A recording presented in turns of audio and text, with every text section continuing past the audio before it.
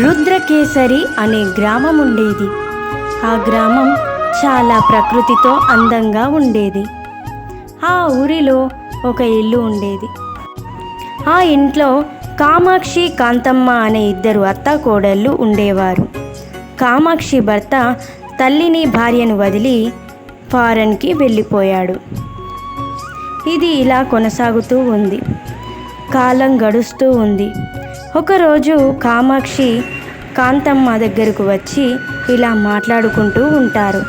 కాంతమ్మ తన దగ్గర ఉన్న నగల బాక్సును కామాక్షికి ఇస్తుంది.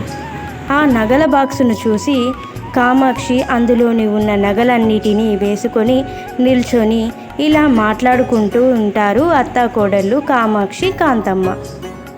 అలా మాట్లాడుతున్న క్రమంలో అక్కడికి ఇద్దరు కామాక్షిని స్నేహితులు అనుకుంటూ ఇద్దరు వ్యక్తులు కామాక్షి, కాంతమ్మ దగ్గరికి వస్తూ కామాక్షి, కాంతమ్మలతో ఇలా మాట్లాడుకుంటూ ఉంటారు. వారిని చూసి ఇద్దరు ఒక్కసారిగా లేచి వారితో ఇలా మాట్లాడుతూ ఉంటారు. హలో కామాక్షి. కామాక్షి అంటే నువ్వేనా? నా భార్య నీ గురించి చెప్తూనే ఉంటుంది రోజు. అసలు మీరు ఎవరు?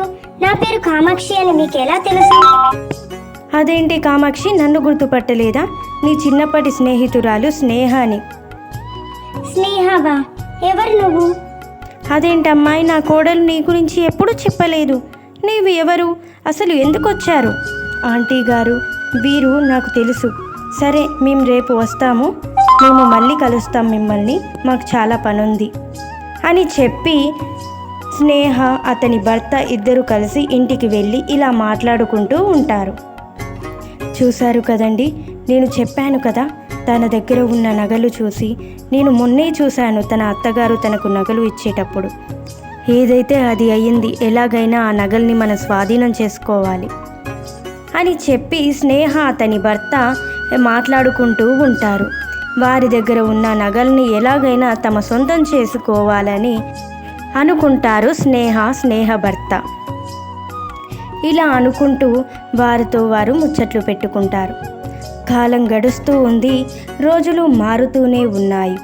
ఒకరోజు స్నేహ, అతని భర్త కామాక్షి అత్తగారు కాంతమ్మ లేనప్పుడు కామాక్షి దగ్గరికి స్నేహ, అతని భర్త వెళ్ళి కామాక్షిని మాటలో పెట్టి స్నేహ కామాక్షిని పొడిచి చంపుతుంది. స్నేహ కామాక్షిని పొడవడంతో కామాక్షి అక్కడికక్కడే చనిపోతుంది. కామాక్షి దగ్గర ఉన్న నగలన్నిటినీ స్నేహ, అతని భర్త తీసుకొని కామాక్షి శవాన్ని ఒక చెరువు దగ్గరికి తీసుకొని కామాక్షిని ఆ చెరువులో వేస్తారు స్నేహ, అతని భర్త. వారు ఆ శవాన్ని అలా వేసి చాలా సంతోషపడుతూ తనకు నగలు దొరికాయని సంతోషపడుతూ ఆనందంతో తిరిగి ఇంటికి వెళ్ళాలని నిర్ణయించుకుంటారు. ఈ క్రమంలో వారు చాలా జాగ్రత్తగా ఉంటారు. ఇటు చూస్తే కాంతమ్మ ఇంటి దగ్గర తన కోడలు లేదని బిక్కుమంటూ ఏడుస్తూ ఉంటుంది. ఏం చేయాలో తోచని స్థితిలో ఉంటుంది. కాలం మారుతూ ఉంటుంది. ఋతువులు మారుతూ ఉంటాయి. కాంతమ్మ కూడా తన కోడల్ని మర్చిపోలేక అటు ఇటు తిరుగుతూ ఉంటుంది. ఒకరోజు కాంతమ్మ ఏదో పని మీద ఆ చెరువు దగ్గరికి వెళ్తుంది. తనకు ఏదో శబ్దం వినబడి అటు ఇటు చూస్తుంది కాంతమ్మ.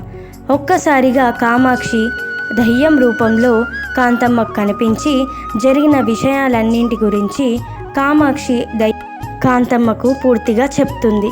కాంతమ్మ ఏం చేయాలో తోచక కామాక్షి చెప్పిన విషయాలను గుర్తుపెట్టుకొని ఇలా చేయి అని చెప్తుంది కాంతమ్మకు. కామాక్షి చెప్పిన విధంగానే కాంతమ్మ ఒక ముసలివాడి వేషంలో కాంతమ్మ స్నేహ, అతని భర్త దగ్గరికి వెళ్ళి తమకు ఆస్తి కావాలంటే మరియు డబ్బు కావాలంటే మీరు నాతో రావాలి.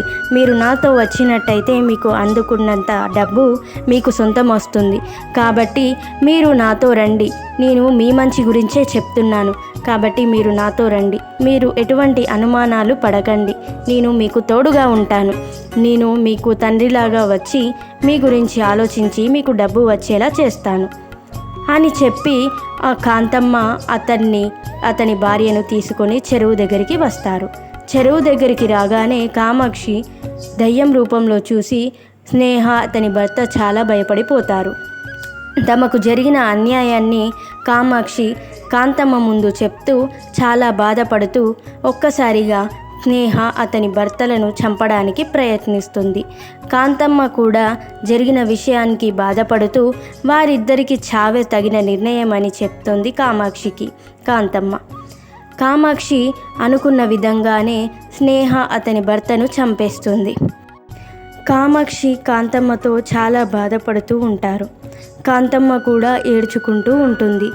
కానీ కామాక్షి నేను ఎప్పుడు నీకు తోడుగా ఉంటాను అత్తయ్య అని చెప్పి కాంతమ్మకు ధైర్యం ఇస్తుంది.